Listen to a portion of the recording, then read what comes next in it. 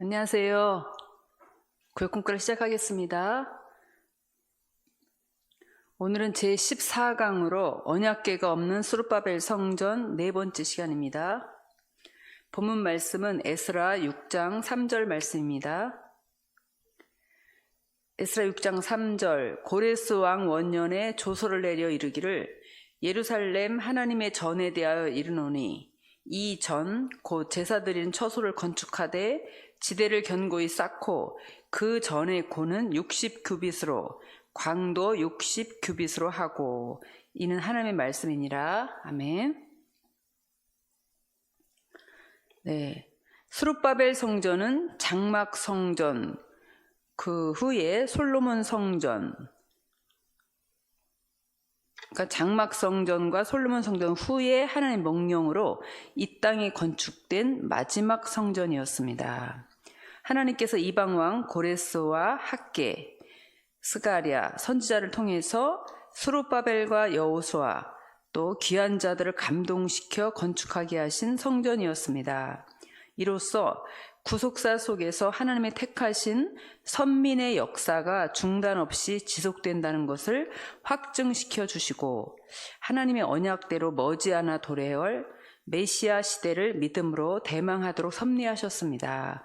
그러니까 바벨론 포로에 이제 잡혀가기 전 예루살렘 성전이 불사름을 당하고 이제 없어지게 되었죠.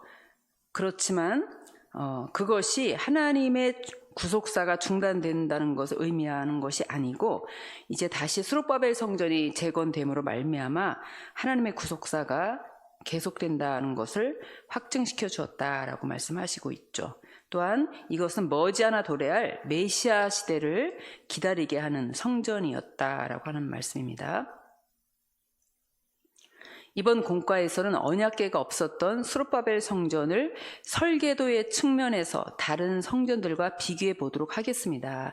설계도의 측면에서 이제 스룹바벨 성전과 다른 성전들을 비교해 보는 것이 이번 공과에 나오는 내용입니다. 모세의 장막 성전과 솔로몬 성전은 자세한 설계도가 기록되지 않았다라고 했죠. 기록되어 있었습니다. 모세의 장막 성전과 솔로몬 성전은 자세한 설계도가 있었습니다. 그러나 스룹바벨 성전은 상대적으로 자세히 기록이 되어 있지 않았다라고 하는 것이죠. 보겠습니다. 첫 번째로 모세의 장막 성전은 하나님께서 그 식양을 자세히 보여주시고 그대로 짓도록 하였습니다. 내가 그들 중에 거할 성소를 그들을 시켜 나를 위하여 짓되 무릇 내가 내게 보이는 대로 하나님께서 가르쳐 주신 대로 장막의 식양과 그 기구의 식양을 따라 지을지니라. 이제 출애굽기 25장 8절로 9절이 말씀하고 있죠. 그래서 출애굽기 25장 10절부터 31장까지 무려 6장에 걸쳐서 성막 식양에 대한 자세한 내용이 기록되어 있습니다. 그러면 솔로몬 성전을 보겠습니다. 솔로몬 성전은 역대상 28장 19절에 보면은 여호와의 손이 내게 임하여 이 모든 일의 설계를 그려 나로 알게 하셨다라고 말씀하고 있죠. 역대상 28장 12절에도 보면은 성신의 가르치신 모든 식양이다. 여기서 식양이라는 말씀은 히브리어 타브니트로 설계도라는 의미입니다. 이와 같이 하나님께서는 솔로몬 성전의 설계도를 알려주셨습니다. 솔로몬 성전 설계의 세부 사항은 역대상 28장 11절로 18절에 기록하고 있습니다.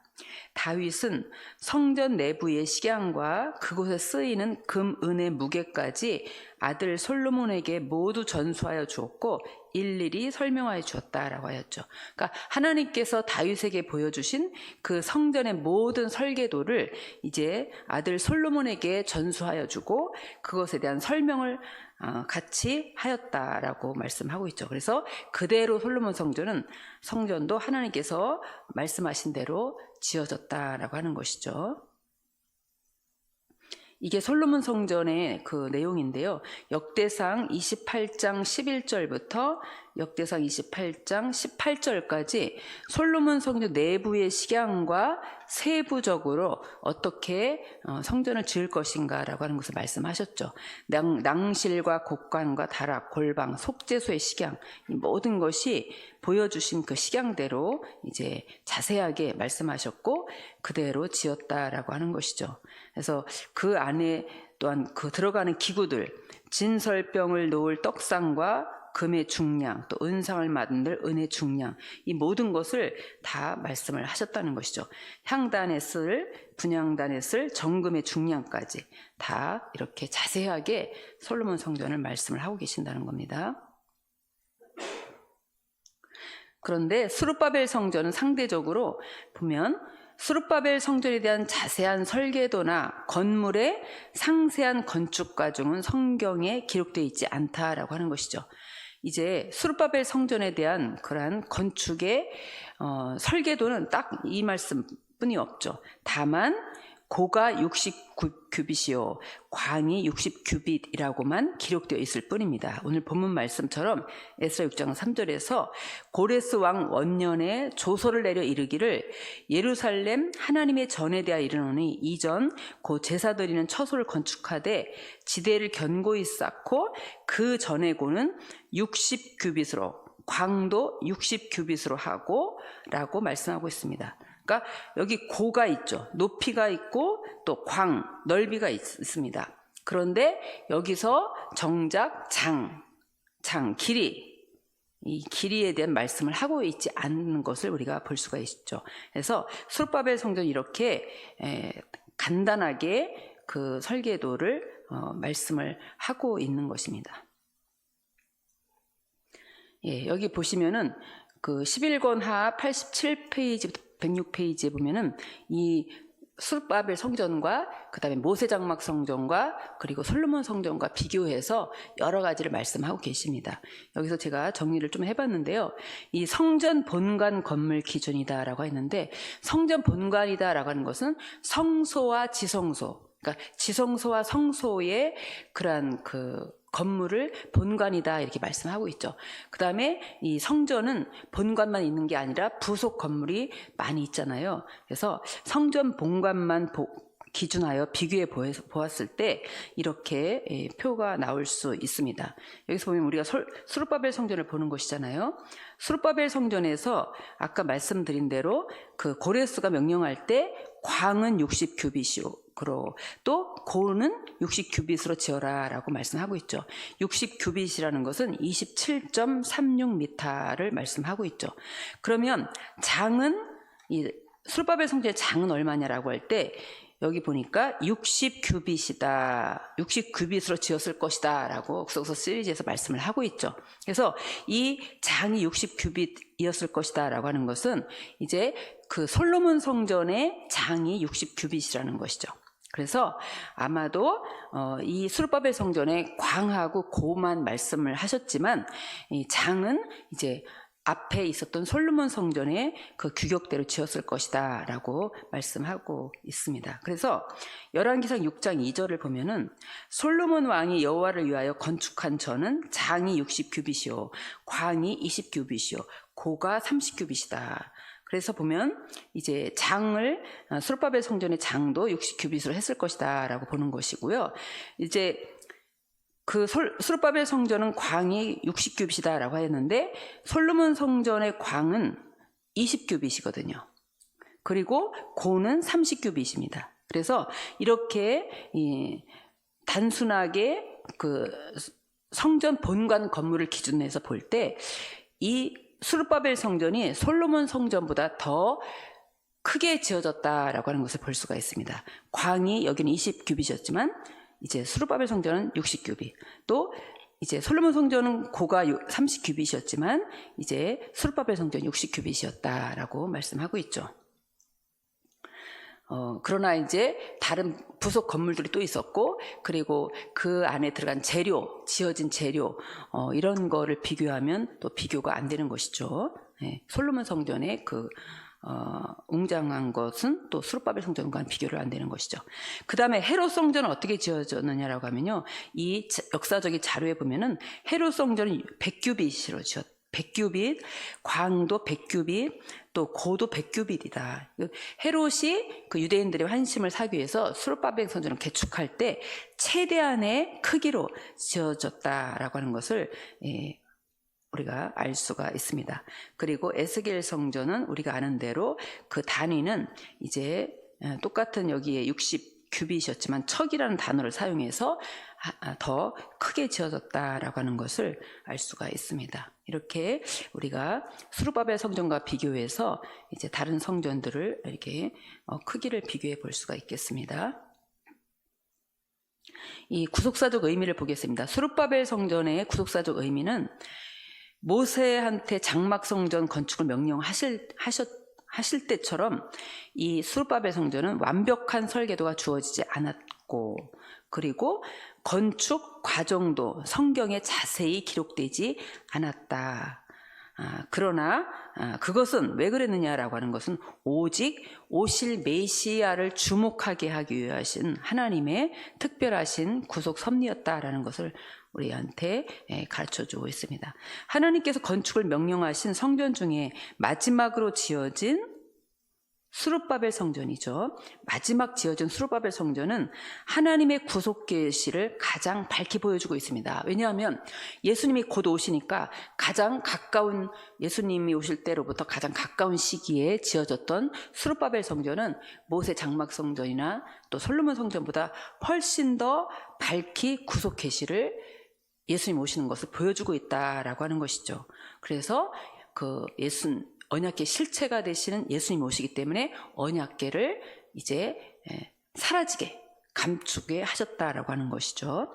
세상에 곧 오실 메시아를 맞이하기 위해서는 특별히 준비된 수룹바벨 성전처럼 재림하시는 주님을 맞이하기 위해서 우리도 성령이 거룩하신 성전이 되어야 할 것입니다. 원로 목사님께서 그런 말씀하신 적이 있었어요.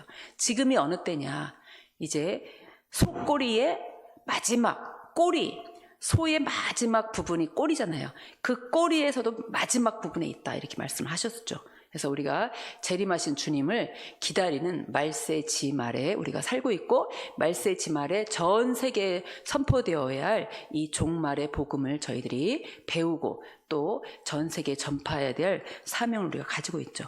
그래서 이러한 재림하신 주님을 마주하기 위해서 우리는 우리 자신이 거룩한 성전이 되어야 한다라고 말씀하였습니다.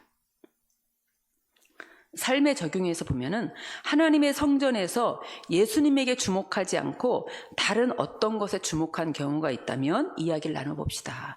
성전에서 오직 예수님만 바라보고 예수님만 주목해야 되는데 그 외에 다른 것을 바라본다면 그것은 우상이 되는 것이죠. 그래서 성경에서 말씀하고 있는 우상이 어떤 것인가 보겠습니다.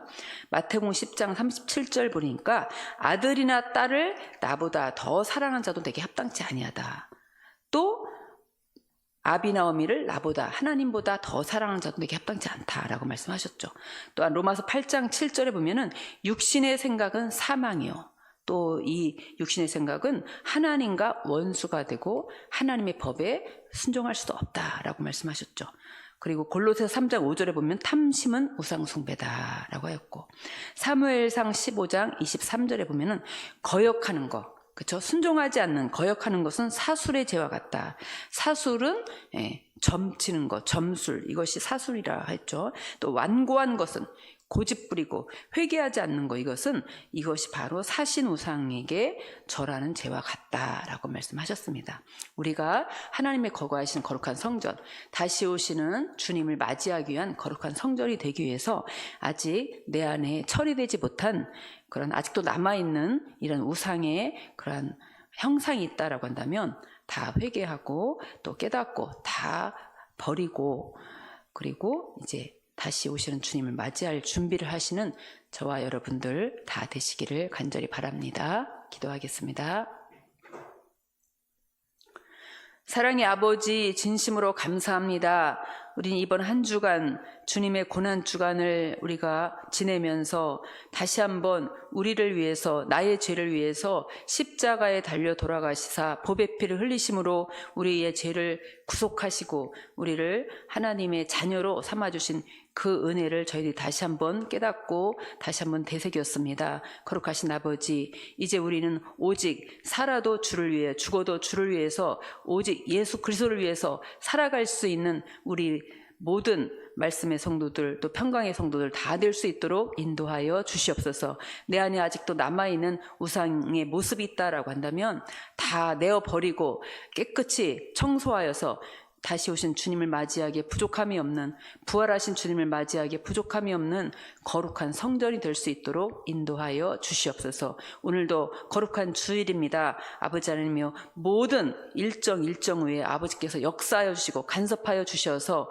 하나님 아버지, 우리의 모든 간절한 소원이, 간절한 기도가 마침내 응답되어져서 아버지의 정확하신 때에 우리가 아버지 하나님 성전에 들어가서 아버지를 마음껏 찬양할 수 있는 그 복된 날이 속히 올 수 있도록 아버지 역사하여 주시고 인도하여 주시옵소서. 이렇게 구역장 공과를 통하여서 우리 수고하시고 구역 식구들 돌보시는 우리 구역장님들 아버지께서 기억하여 주시옵시고 천천만만 아버지 가정가정의 영육간의 부요의 복을 허락하여 주시옵소서. 모든 말씀 읽고 오늘 때 거룩하신 예수님의 이름으로 기도드렸습니다. 아멘.